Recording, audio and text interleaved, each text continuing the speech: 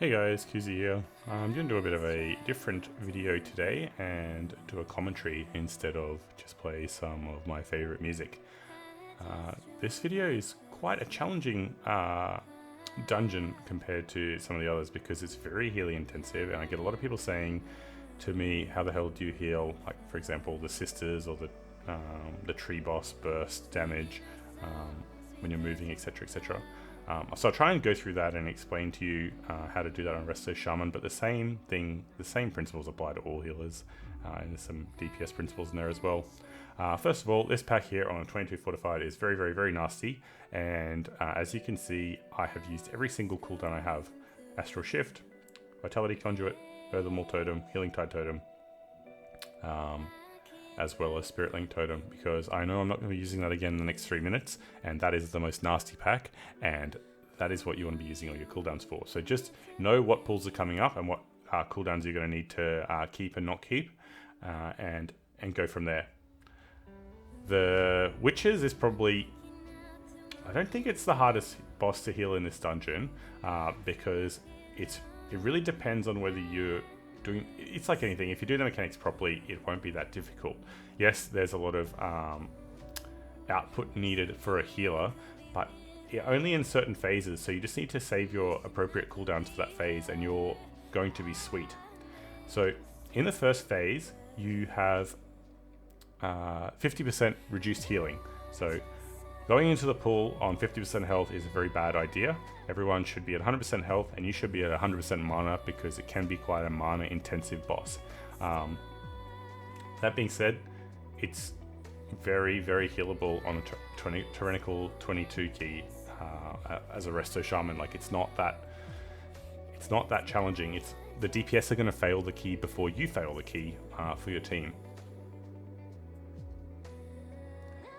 So because the first phase requires has 50% healing reduction, you can use an ability such as Earthenwall Totem, which still gives you 100% of the damage reduction. So you can get 400 damage, basically 400k damage reduction by using Earthenwall Totem. I'm a bit slow to put it down here. I'm not usually, I was sort of more focused on getting a bit of burst damage out, because I don't, the quicker you kill it, the easier it is, right?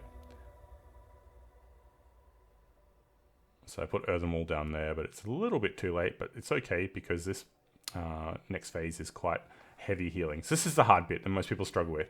So the key is using your Spirit Walker's Grace and just keep healing. Have your Cloudburst Totem down and Healing Surge and Chain Heal, and obviously a bit of Healing Rain as well. And as you can see, like, it's quite simple to heal when you're using those abilities and when people don't stand still for prolonged periods of time. Getting 3 stacks is a bit of a sin on this fight, actually. You should never really be getting that far. This means you're doing the mechanics poorly, and you'll probably cause some significant issues for the team. When Sister Briar is up, you should be getting everyone to 100%, because as you can see, that ability hits for 80% of the health pool, and it can one-shot people effectively, so you need to be getting everyone to 100% after the Milady phase. That was a bug that he died to. As you can see, he went from 100% to 0 in like less than a GCD, so he just got meleeed by one of the bosses. So you just quick res off, and you gotta keep going. So once again, Earthenwall down to stop the damage rather than trying to heal it, because you just don't do any. And you can throw a lot of damage out in this phase because your healing does nothing, so just get ready to heal in this phase. Once again, Spirit Walker's Grace, Chain Heal, and everyone's back to basically full, and you've got 300k in your Cloudburst Totem. Very, very easy. Kick the off target as often as you can. I think it's like 3 or 4 kicks in this fight. It's not necessary, but it's just, it makes life easier for you. Less healing you have to do, the better.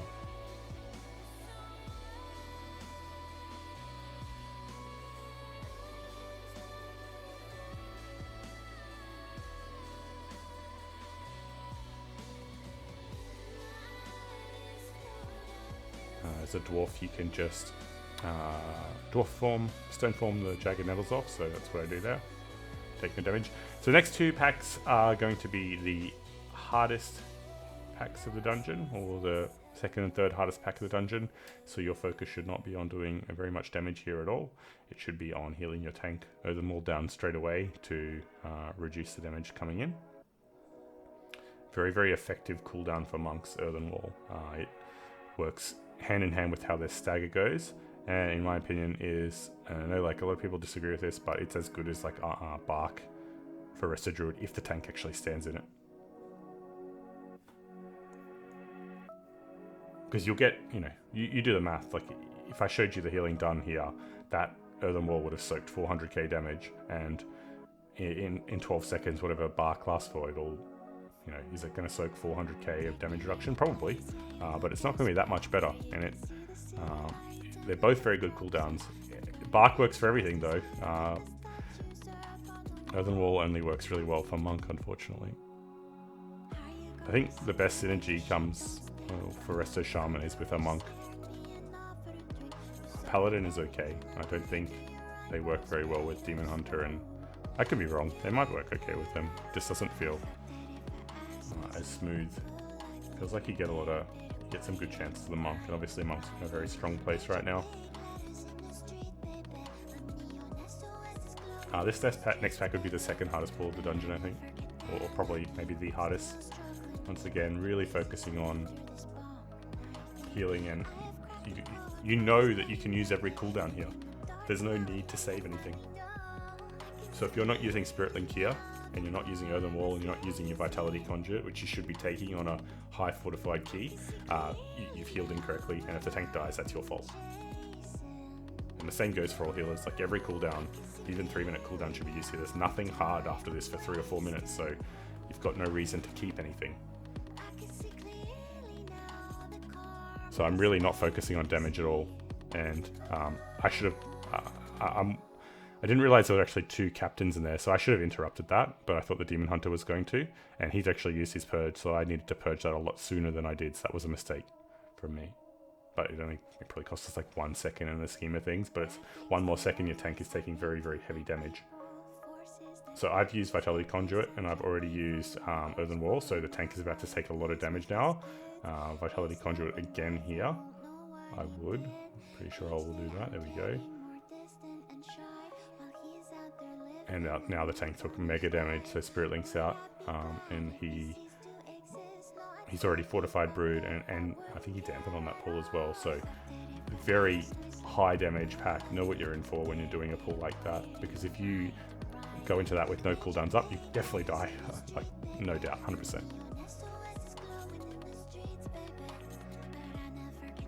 Like I said, these next pulls are quite simple. Very low healing required. It's just a DPS pull. Don't kill the wrong thing too quick.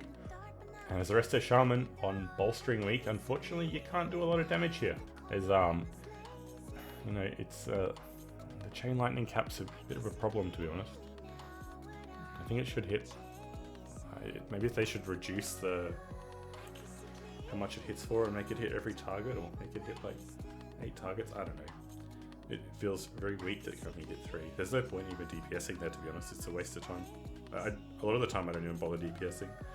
You can't just dispel those disease effects or poison effect or whatever it is, so you just have to be aware of that and ask the tank or one of the other group members to dispel that. So yeah, you can interrupt the infected thorns when there's no tide there though, so that is in a way your dispel. As you'll see later, I interrupt a whole bunch that would otherwise go off, so you can negate that damage. You've just got a different way of doing it. And that the tank is dispelling that, obviously, that's not me. So, I mean, if you're playing in Discord with someone and they don't dispel that, and like our tank's pretty good, he usually does do that, and most of the tanks I play with do, but they don't all the time because they're worrying about their own cooldowns as well. And, you know, you're the master of people's health. I mean, everyone's going to take their own responsibility and health pot at the appropriate times. But as a general rule, I tell people when to health pot in dungeons. And I tell people when to dispel and things like that. Because they just, you know, they're concentrating on other things as well. And it really helps if you've got someone sort of overseeing those things. So if you're in Discord, just call for things like that.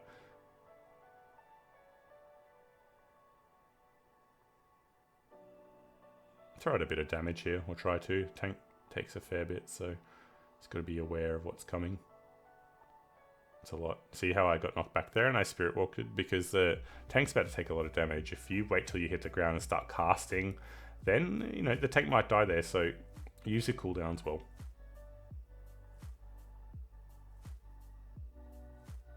So everyone gets a dot here, so that's bad.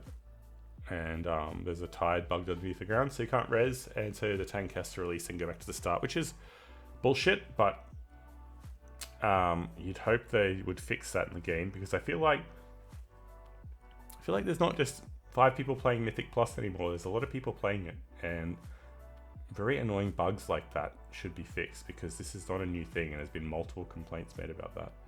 Shit shouldn't be pulling through the floorboards in Tol de Gore and on Waycrest. It's very irritating.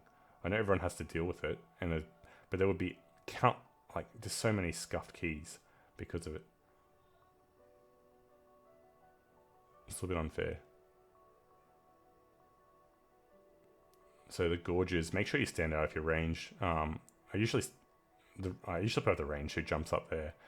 The Gorges damage doesn't really bother me because I can just dispel it off myself. So it's not a huge deal. Just don't stand in front of Wretch. These are all pretty tame pulls. You don't need to do massive pulls, even on a level 22 or 23. I think, so you can see I got this nasty dot on me and just dispel it, so it's not that big a deal if they leap to me.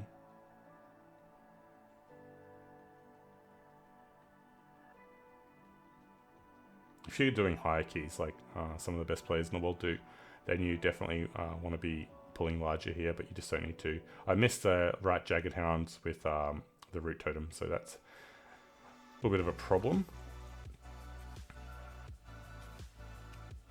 So you really want to get that Matron away from these things, because you don't want to bolster her at all. That will potentially can wipe your whole key if you do that. That's a neat little trick a Resto Shaman can do there. Pretty sure Resto Druid can do it as well though. But that means they won't be able to take Vortex, whatever it is. So taking a lot of damage here, so Spirit Link is obviously the go.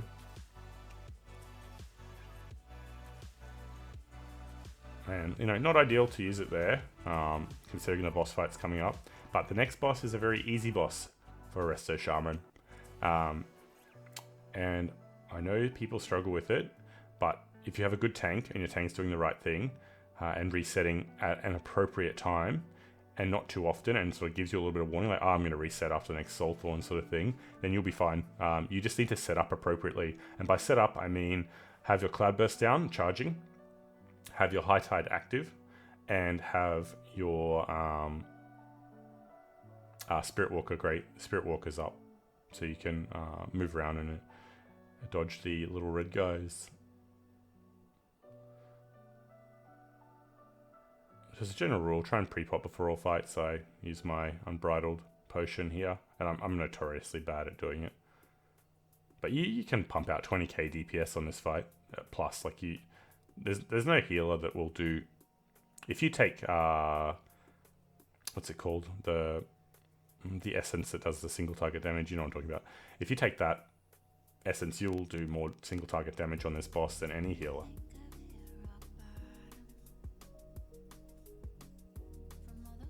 But I really do prefer to run Vitality Conduit for this dungeon. I feel it's really important to keep the tank alive. And you pop the Earthen Wall down. Just because there's only one pack hitting him, it doesn't mean it won't still negate a lot of the damage. I was streaming a few weeks ago and someone told me, I can't remember who it was, but someone mentioned that you can wolf form all the Soulthorns. And as you can see, I start doing it after here. So as you can see, I've got my High Tide active, I've Unleashed Life, and now I Chain Heal and watch everyone's health go from there to there. And then I've got 200k, so if I pop my Cloudburst now, everyone would go back to full. So that's how you heal the fight. It's very simple. Even on Tyrannical, it's very easy. You can do it a lot better than that, like I did there, but it's sort of Fortified, so you need to set it up as well. As you can see, I dodged the Soulthorns on that occasion, so you can go into Ghost Wolf form and avoid that.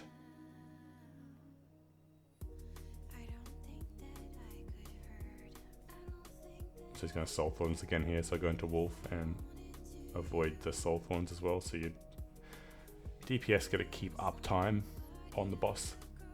So should Earthen Wall here, there we go. And that just negates so much of the damage for the tank. Allows you to do damage as well. And he's not going to reset at this stage, so like we're just committing here and it's going to focus more on healing and doing damage. It's very spiky, so even with a monk tank here, so you got to make sure they're on pretty close to full the whole time.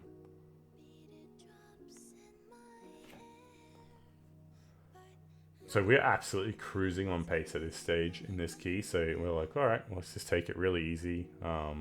We've died to a few bugs here in the past, so not super keen for that to happen again. As you can see, those spits that go out on people, that is a lot of damage on Fortified, and you don't want to be tanking it without a cooldown up. So unless you, especially if the tank's taking a lot of damage, like if the tank's not taking any damage, it's really easy to heal. But you know, a lot of the time you're single targeting the tank, and you don't want that. You don't want to be focusing on a DPS that's got cloak up, or you know, a big cooldown that they could use, and they just sort of refuse to do it because they're saving it for something. But like, there's no more. That's the most damage you face in this dungeon is when 2 or 3 spits go on you. So there's no reason to save a cooldown. Like, what else is coming up here that's going to do more damage than that to you? Unless you're standing in front of a wretch and have, you know, that's just a mechanics fail though. So use your cooldowns properly if you're DPS. It makes the healer's life very easy. This is a pretty big, scary pool. Oh no, that's a lie. It's not. It's just piglets. So the tank is taking a lot of damage here. And I've had Earthen Wall down there and Conduit. And Spirit Link obviously on cooldown. So just you can get unlucky with the spits, and if the tide's there as well, it's going to be a lot of damage.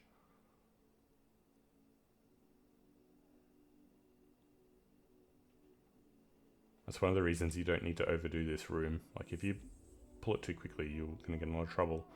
That being said, we got top left on this dungeon, so it's not a bad one to get. If you get top right, it's probably the hardest, but still very doable. And bottom right's not too bad either, but top left, definitely the pick. Makes it a lot easier. I think with because we wipe here, if we wiped on top right, the key probably doesn't get timed. But because we got top left and sort of the trash and the way Lust works out, it feels a lot better. And obviously you don't need to Lust the bosses. You could Lust the trash here and then go kill the boss, but I don't know. I don't think we've ever done that. I think it's probably better to Lust the trash, but it's, you know, it's everyone's preference in the group, not just mine, so you could take that into account. And if you guys see what I mean, like I usually chain heal off myself because you don't heal, especially when High Tide's active, you heal for the same amount. And you know that you're not going to move, so everyone's going to get the chain heal off. But sometimes the tank will like roll away or run away, and you've chain healed, and everyone's taking like mega damage. And then your chain heal hits no one, and you're like, oh, it's really sort of, you can lose up to 300 or 400k healing just from that one error. So chain healing off yourself is a really good habit to get into with High Tide active.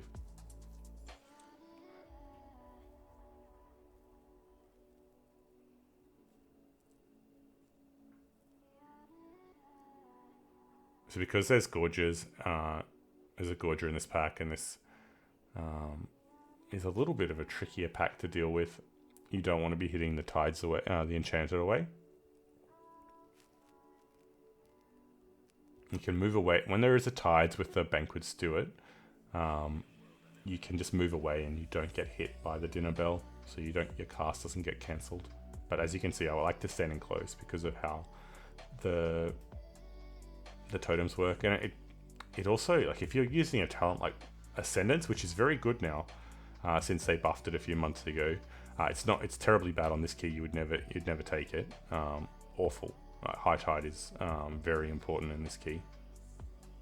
but on a key like Fortified Freehold or Fortified King's Rest, then, or even Tyrannical King's Rest, like, Jesus, there aren't many reasons not to take Ascendance. It's very good.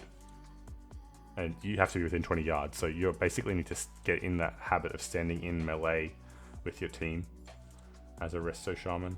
And that was my bad. I got cleaved there. That was a really stupid area to stand. I should have stood over to the left.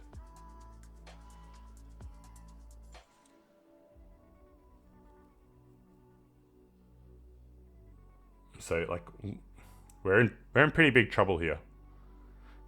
And I think, like, I root them there to give the tank a bit of breathing room and slow them down. But I think I realized here that we were in big trouble. Got a stun off here. And I was like, okay, we're sweet. We're probably going to kill this now, even though it's hard. But, so tank can kite, and I've got Spirit Walkers up. And I'm like, yeah, no, we're sweet. We're going to time. We got this here. But then the Piglet came out and aggroed to me because of healing. And I didn't have anything to hit, unfortunately. So that's a definite wipe. And there was no point in someone trying to battle. If we have like a Druid or a Death Knight or a Warlock or something, then that could have been probably salvaged. But, you know, it's Skittish. The tank had already used his taunts and stuff. There's nothing you can do about it. It's just bad luck. I think he'd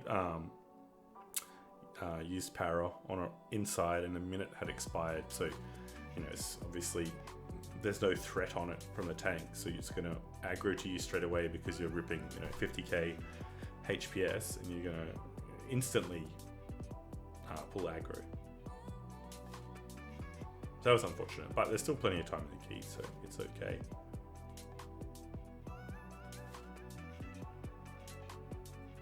Then, if anything, makes last line up better, wiping there. So you should dwarf form this, but because I was felt pretty safe with the tank damage, I didn't. Dinner Bell should kick that.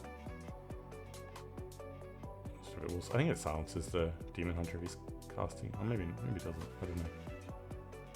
Once again, melee should never be standing in front of the mobs here. They just do so much, like the wretch damage and cleave. So yeah, as you can see, like the Gorges leaping to me are not a huge deal. Ideally, if you're playing properly, and I should be, like I shouldn't have done that. I shouldn't be standing down there. You'd be up on the fountain. And here comes the Piglet again. But we're okay this time.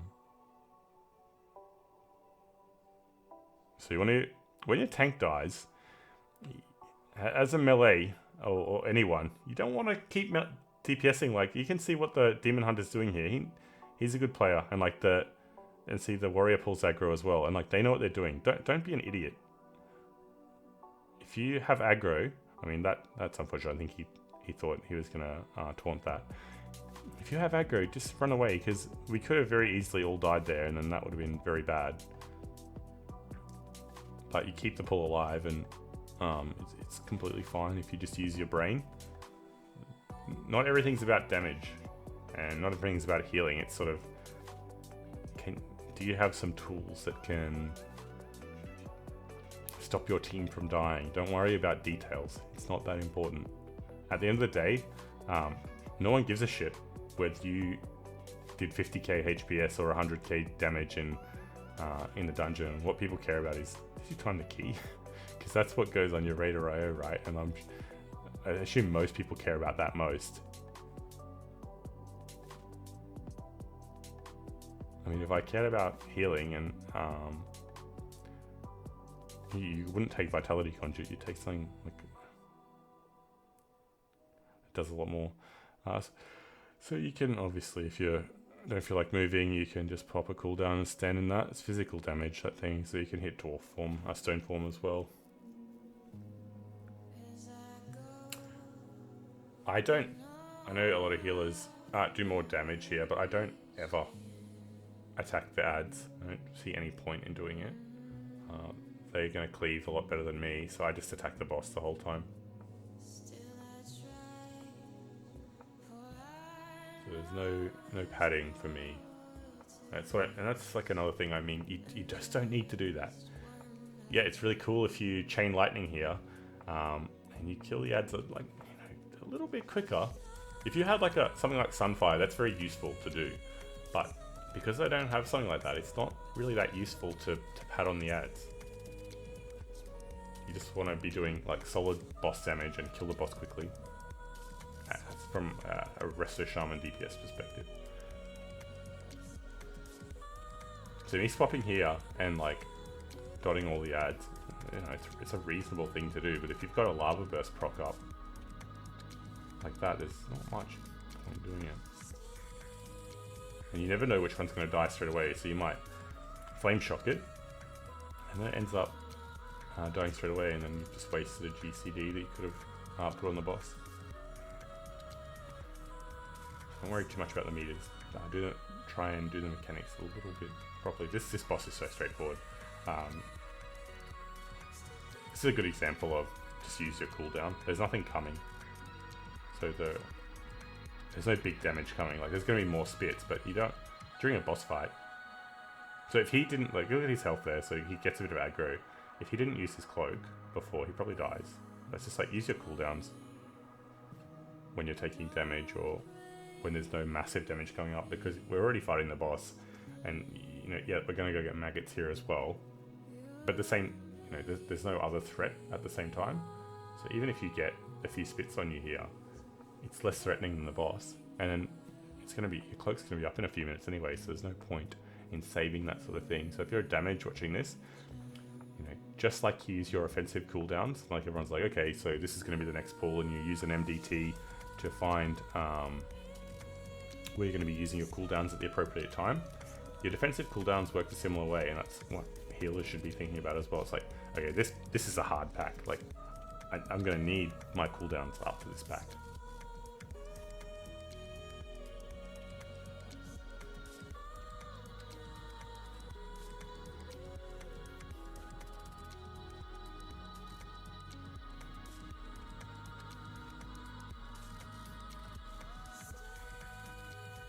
So at this stage, we realise we're a little bit short on count going down.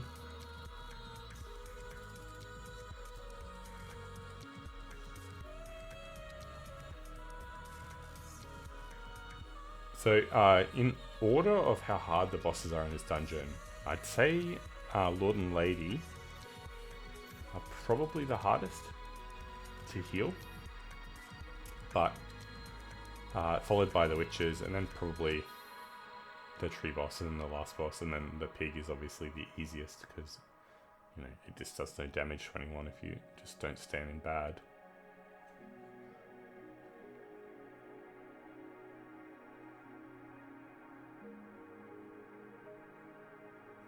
So interrupt what you can here.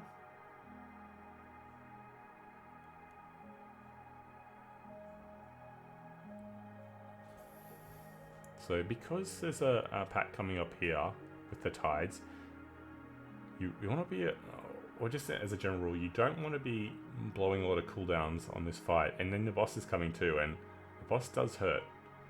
And you need to have your Spirit Link up for the second phase of the boss in case the tank runs into trouble. And ideally they should keep a big cooldown for that phase as well, fortified or not fortified.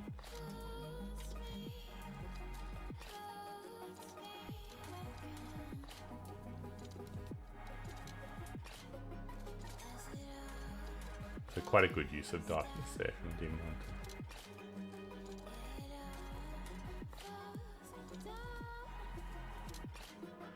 So as a general rule, when there's casters in the pack, you want to be killing the tides first, as you can see there.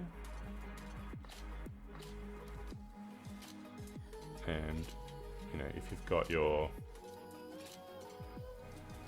as many kicks as we do, it's ridiculous. We've all got melee kicks essentially, 5 people, so not much damage is going out here because of that. Makes it quite easy. There are definitely advantages of bringing a Resto Shaman. Things like King's Rest, the first room, is it's incredibly good having that extra kick.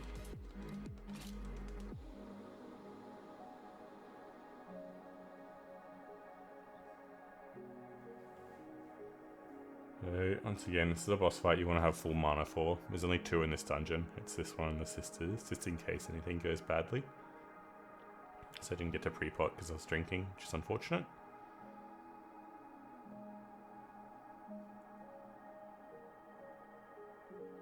So as you can see, the tank has Wasting Strike on him there, which is the highest damage that anything does here.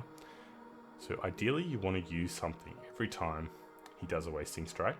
So first time I conduited, and now I'm going to use Earthen Wall, and I used it too late there. That was poor play, but it still soaks a lot of damage. I know people can be like, oh, it's magic damage, blah blah blah, it doesn't go to stagger, but he's still taking the physical damage on top of that, so actually the Earthen Wall is just as effective as it is at any time. And so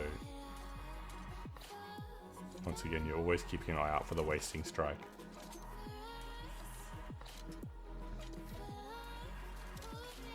So I'll conduit the next Wasting Strike. It's very, very high healing from Vitality Conduit. Negates the... When your tank is well geared, it really does negate that ability.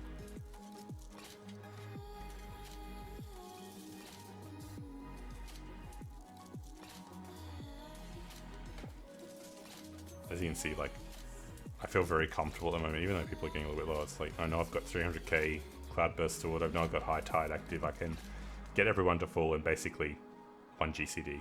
So that was poor play by me there. You can see how I didn't use my Earthen Wall early enough, sort of concentrating on, we're talking about the route and what we're going to have to pull, but that can just shows you need to pay a lot of attention. So I should conduit here as well. This is a very high damage phase when the Lady Waycrest comes down with Lord Waycrest, especially when he wastings.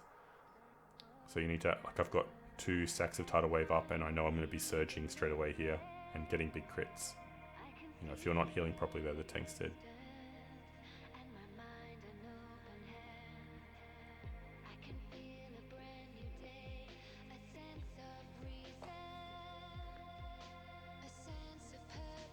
So in summary, that fight, basically it's, you need to look out for Wasting Strike. That's what does all the damage to the tank. Everything else is passive healing with Chain Heal. You can put Healing Rain down as well. It's not a scary fight at all. So we do the cheese bait strat for these horrors. And once again, you know, if you had a AoE dot, you'd put it out here, but you don't. So just heal. You'll save 5 seconds in your damage, maybe 10 seconds, but you'll fail the dungeon if you don't just heal non-stop, basically. So as you can see, I'm charging my Cloudburst here before he started taking damage. So like, the higher my Cloudburst gets right now, the safer I get. And you know, it probably did a bit. So when he gets to full again, I'll charge my Cloudburst again. So now because it's a good safe time to do it. And you should chain heal because it's charging Cloudburst and giving you a Tidal Wave stack. So as you can see, like, the lower he goes here, like, I feel really comfortable and I recall my Cloudburst totem, which I don't usually do, but the extra 230k healing on burst when the tank's getting low, that's a very important thing to do, and like a good skill to have is to be tracking your Cloudburst to know, like, okay, if something really bad happens here, I have, you know, 250k I can just instantly heal for. And instead of throwing out some damage there with a useless flame shock, you just charge your Cloudburst when the tank gets to 100%, and then you stop your team from dying. And there are definitely times where you don't need to use Cloudburst when the tank's on 100%, or any time, but unfortunately that wasn't one of them. Ideally, use your defensive cooldowns on that phase, but it doesn't usually do that much damage. As a healer, it's your job to burn the ads here. There's no reason why you shouldn't. It's not a high healing fight. There's a little bit of burst healing, but you know, you can't really die to this. It's a very easy boss. Just burn the ads and do damage.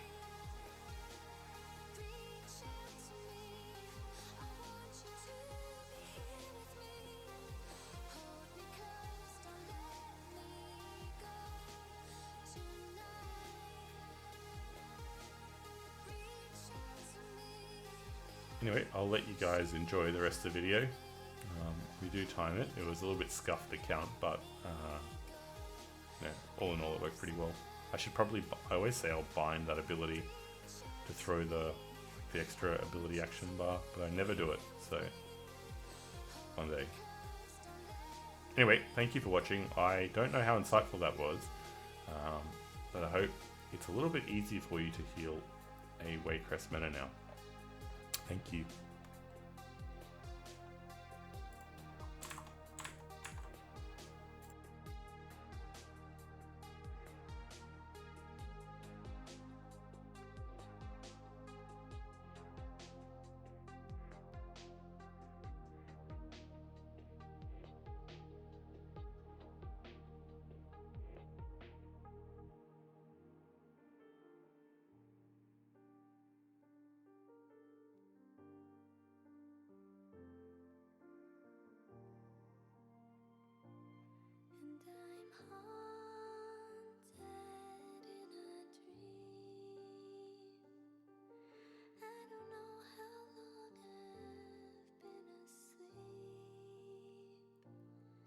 I got